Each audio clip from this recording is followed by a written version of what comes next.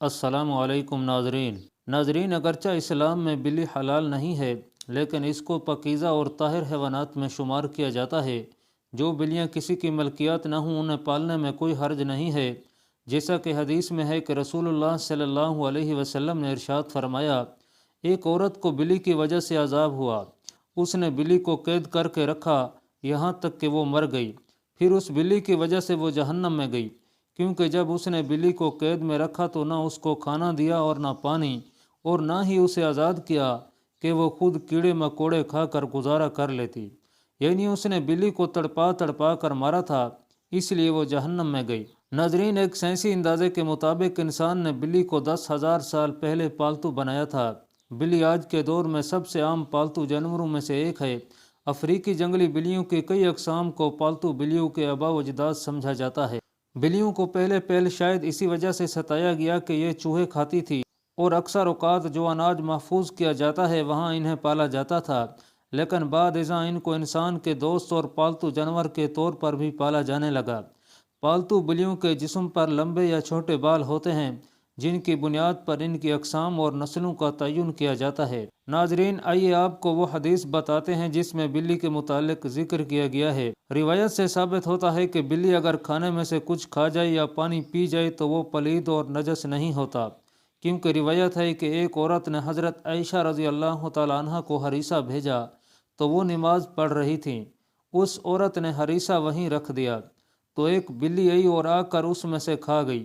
حضرت عائشہ رضی اللہ تعالیٰ عنہ نے نماز کے بعد اسی جگہ سے ہریسہ کھایا جہاں سے بلی نے کھایا تھا، اور فرمایا، بلا شبہ رسول اکرم صلی اللہ علیہ وسلم کا فرمان ہے کہ بلی پلید اور نجس نہیں ہے، بلکہ یہ تو تم پر آنے جانے والیاں ہیں۔ ناظرین، حضرت عائشہ رضی اللہ تعالیٰ عنہ بیان فرماتی ہیں، میں نے رسول اللہ صلی اللہ علیہ وسلم کو بلی کے بچے ہوئے پانی سے وضو کرتے ہوئے دیکھا ہے۔ دوستو، جہاں تک گھر میں بلی پالنے کا سوال ہے تو فقہا کا کہنا ہے گھر میں بلی پالی جا سکتی ہے، ایسا کرنے میں کوئی حرج نہیں ہے، کیونکہ بلی نہ موذی جانور ہے اور نہ ہی نجس۔ ہر شخص کو معلوم ہے کہ اس میں کوئی نقصان نہیں ہے، بلکہ بلی گھر میں رکھنا فائدہ مند ہے۔ یہ گھر میں پیدا ہونے والے کیڑے مکوڑے اور چوہے وغیرہ کھا جاتی ہے۔ ماہرین کے مطابق بلی کے پیار میں اللہ رب العزت نے ڈپریشن کے مرض کا علاج رکھا ہے۔ اس کے بالوں میں خاص قسم کے بیکٹیریا پائے جاتے ہیں جو انسانی جسم میں ڈپریشن کو کم کرنے میں مدد دیتے ہیں۔ چنانچہ پالتو بلی کو اپنے ساتھ لپٹا کر بٹھایا اور سلایا جائے، یہ نہ صرف آپ کی بلی کو خوش کرے گا بلکہ آپ کو بھی ڈپریشن سے نجات دلائے گا۔ ناظرین، اب ہم آپ کو بلیوں کے بارے میں کچھ مزید معلومات بتاتے ہیں جو ماہرین کے تجربات کے بعد سامنے آئیں۔ ویسے تو یہ معلومات سب کے لیے دلچسپ اور حیرت انگیز ہیں، لیکن جنہوں نے بلیاں پال رکھی ہیں ان کے لیے انتہائی فائدہ مند بھی ہیں۔ ناظرین، ماہرین کے مطابق بلیوں کی اوسط عمر 13 سے 17 سال ہوتی ہے، مگر اکثر بلیاں 20 سال کی عمر تک پہنچ جاتی ہیں۔ دو بلیاں کبھی بھی آپس میں میاؤں کر کے بات نہیں کرتی۔ جب بھی آپ کی بلی میاؤں کرے تو جان لیں کہ وہ آپ سے مخاطب ہے۔ اس کے علاوہ بلیوں کی مونچھوں کے متعلق ایک عام تاثر پایا جاتا ہے کہ ان مونچھوں کے ذریعے سے بلیاں اپنا توازن برقرار رکھتی ہیں، بالکل اسی طرح جیسے سینگوں والے جانوروں کے سینگوں کے متعلق یہی تاثر پایا جاتا ہے۔ تاہم ناظرین، ماہرین کا کہنا ہے کہ یہ تاثر سراسر غلط ہے۔ بلی کی مونچھوں کا اس کے جسمانی توازن کے ساتھ کوئی تعلق نہیں۔ ماہرین کا کہنا ہے کہ بلیوں کی مونچھیں دراصل ایک سینسر کا کام کرتی ہیں۔ یہ فاصلے، جگہ اور مختلف اشیاء کے سائز کا پتہ لگاتی ہیں اور بلی کو اس سے آگاہ کرتی ہیں۔ حتیٰ کہ اندھیرے میں بھی بلی اپنی مونچھوں کے ذریعے کسی بھی فاصلے یا کسی بھی چیز کے سائز کا تعین کر سکتی ہے۔ رپورٹ کے مطابق بلی کی مونچھیں تنگ جگہوں یعنی چوہوں کے بل وغیرہ کے سوراخ کی چوڑائی کا بھی اندازہ لگاتی ہیں۔ بلی اندھیرے میں بھی اپنے مونچھوں کے ذریعے کسی بل کا پتہ چلا لیتی ہے کہ وہ کتنا چوڑا ہے۔ اگر بلی کسی تنگ جگہ میں جانا چاہتی ہے تو یہ اس کی مونچھیں ہی ہیں جو اسے بتاتی ہیں کہ وہ اس تنگ جگہ میں جا سکتی ہے یا نہیں، اور کہیں اندر پھنس تو نہیں جائے گی۔ ناظرین، اب نقصان دینے والی بلیوں کی بات کرتے ہیں۔ کیا ایسی بلی کو قتل کرنا جائز ہے؟ کیونکہ یہ تکلیف کا باعث ہے۔ بلی کو کسی بھی صورت میں ایذا دینا شرعاً جائز نہیں۔ بلی ایک پالتو جانور ہے۔ ہاں، اگر کوئی بلی خونخوار ہے اور گھر کا نقصان کرتی ہے تو اسے مارنے کی بجائے پکڑ کر کسی دور علاقے میں چھوڑ دیا جائے تاکہ وہ اپنا ٹھکانہ بدل لے۔ لیکن اسے قتل کرنے کی اجازت نہیں دی جا سکتی اور نہ ہی کوئی تکلیف دی جا سکتی ہے۔ ناظرین، عام طور پر بلیوں کے رونے کو بدشگونی مانا جاتا ہے۔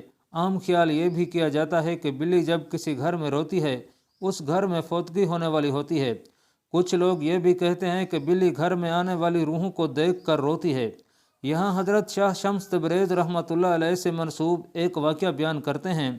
حضرت شاہ شمس تبریز رحمۃ اللہ علیہ سے پوچھا گیا، آپ کہتے ہیں کہ بلی کا رونا انسان کے لیے بہتر نہیں ہوتا، ایسا کیوں؟ آپ نے فرمایا، خلقت آدم سے لاکھوں سال پہلے جب زمین پر جنات رہتے تھے، کچھ مخلوقات سے جنات نفرت کرتے تھے تو کچھ سے پیار۔ ویسے ہی جنات کا راجہ عزازیل، جس کی ایک بیوی تھی جس کا نام کبیرہ تھا، وہ بلیوں سے پیار کرتی تھی اور اس کے آس پاس بلیاں ہوا کرتی تھیں، اور یوں جنات اور یہ بلیاں ساتھ ساتھ رہنے لگیں۔ بلیوں کی جتنی بھی نسل زمین پر موجود تھی، اسے کوئی تکلیف ہوتی تو اس کا بدلہ جنات لیا کرتے تھے۔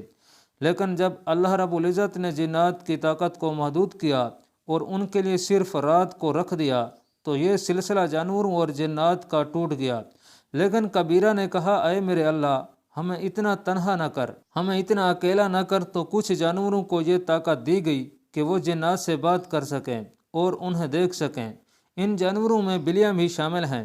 اصل میں جنات کے ایام جو زمین پر بسر کرتے ہیں انسان سے 7 دن آگے ہوتے ہیں۔ جو زمین پر ہوتا ہے وہ 7 دن پہلے جنات دیکھ چکے ہوتے ہیں۔ تبھی جب کوئی مر جانے والا ہوتا ہے، جس کے گھر میں انتقال ہوتا ہے، وہاں جو فرشتے آتے ہیں، اللہ نے بلی کی آنکھ کو یہ طاقت بخشی ہے کہ وہ جنات کو دیکھ سکے، وہ فرشتہ موت کو دیکھ سکے، تو وہ درد بھری آواز میں رونے لگتی ہے اور یہ بتانے لگتی ہے کہ اے انسان، یہ زندگی جسے تو ہمیشہ کے لیے سمجھتا ہے، جیسے یہ آج مرنے والا ہے ویسے ہی سب مر جائیں گے، اپنے اعمال بہتر کرو۔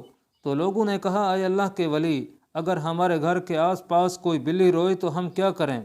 تو شاہ شمس تبریز رحمۃ اللہ علیہ نے کہا کہ تم حسب توفیق صدقہ کیا کرو اور 27 مرتبہ چاروں کل کا ورد کر کے اللہ سے دعا مانگا کرو۔ اللہ پاک کمی بیشی معاف فرمائے۔